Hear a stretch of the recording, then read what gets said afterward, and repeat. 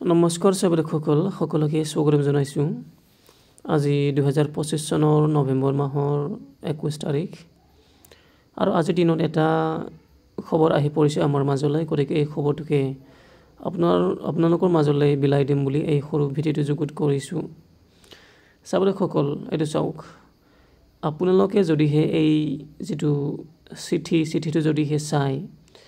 subject চালে গম পাব অলপমান ইয়াত কি লিখিছে Regarding exemption of teachers or non-teaching staff appointed as BLOs in marking attendance in Shiksha Setu application in view of special revision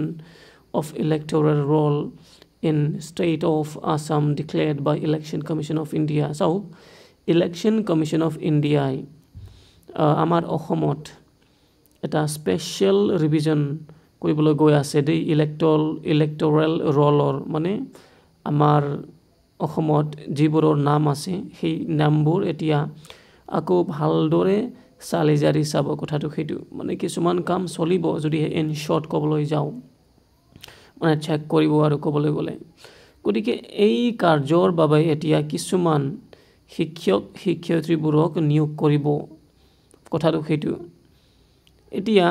যেহেতু নিয়োগ কৰিব BLO বহুতো নিয়োগ কৰা হৈছে মানে বহুতো BLO হিচাপে কাম কৰি আছে গতিকে তেওঁলোকেটো এপইন্ট হ'ব তেওঁলোকৰ লগতে আৰু আন কিছুমানক ইয়াত এপইন্ট কৰিব মানে বহুতো টিচাৰ এপইন্ট কৰিব ডেটটো মই কৈ আছো কেতিয়াৰ পৰা হ'ব কেতিয়ালৈকে হ'ব কিন্তু তাৰ আগতে মই জনাই দিও আগতীয়াকৈ যে এমাহ পৰ্যন্ত হ'ব এতিয়া এমাহ পৰ্যন্ত আপোনালোকে কি কৰিব লাগিব মানে আপোনালোকৰ যেটো এটেন্ডেন্স হেবোৰ কি হ'ব এইবোৰ গুটেই ইয়াত মানে mention করা আছে এটো চাওক ইয়াত কৈছে নহয় exemption of teachers teaching and non teaching staff বুলি কৈছে গতিকে এই ক্ষেত্ৰত অলপ কিছুমান কবলগীয়া আছে সেইভাবে মই এই ভিডিওটো এতিয়া আপোনালোকৰ বাবে বনাইছো এটো চাওক ইয়াত কৈছে নহয় এটো চাওক তাৰিখটো দিছে কাইলৈ অৰ্থাৎ 22 তাৰিখৰ পৰা ধৰি মানে নৱেম্বৰ মাহৰ 22 তাৰিখৰ পৰা ধৰি ডিসেম্বৰ মাহৰ 20 তাৰিখলৈকে এই কামটো আপোনালোকৰ আৰম্ভ হ'ব আৰু ইতিমধ্যে আপোনালোকে সাগে গম পাইছে এটা টিচাৰ্স হাব বুলি এটা ৰেজিষ্ট্ৰেচন কৰিবলৈ দিছে সকলো মানে শিক্ষয়িত্ৰীবোৰক গতিকে এই যেটো ৰেজিষ্ট্ৰেচন ন এই ডিটেইলছটো ওপৰত যাব ঠিক আছে ব্লক লেভেলত যাব ডিস্ট্ৰিক্ট লেভেলত যাব আৰু তাৰপাছত স্টেট লেভেলত যাব তাৰ পৰাই বিদ্যালয়ৰ পৰা বাছনি কৰি কোনোবা এই যেটো এই কাৰ্যত নিয়োগ কৰিব কথাটো সেইটো গতিকে কথাটো এইটোৱেই যে এতিয়া আপোনালোকক এইটো যেটো সময় দিছে এই সময়ছোৱাত এতিয়া আপোনালোকৰ যেটো এটেন্ডেন্স শিক্ষা হেতুত আপোনালোকে গম পাই অনলাইন এটেন্ডেন্স দিবলগীয়া হয় এটা কি কৰিব এই ক্ষেত্ৰত আপোনালোকে মই ভাবো একো কৰিব নালাগিব ইয়াত সিধাসিধি লিখি দিছে এইটো চাওক মানে যিবোৰক নিয়োগ কৰা হ'ব এই কাৰ্যৰ বাবে তেওঁলোকৰ শিক্ষা হেতুৰ বাবে এটা প্ৰভিজন উলিয়াই দিব মানে এতিয়ালৈকেটো তেনেকুৱা হেৰি নাই মানে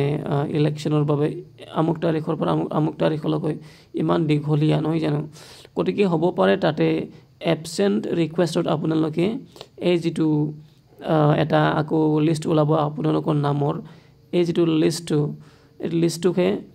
নোটিছতে থাকিব মানে লিষ্টটো এই লিষ্টটোকে বা নোটিছটোকে আপোনালোকে এবসেন্ট ৰিকুৱেষ্ট আপডেট কৰি হেতু থব লাগিব বা তেনেকুৱা হ'ব পাৰে বা হেতু যদিও মানে কৰিব নিদিয়ে এনেকুৱা হ'ব পাৰে যে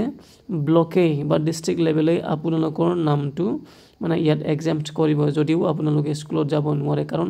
আপোনালোকৰ যেটো নাম এই নামৰ যেটো লিষ্ট এই লিষ্টটো তেওঁলোকৰ লগত আছে কথাটো সেইটো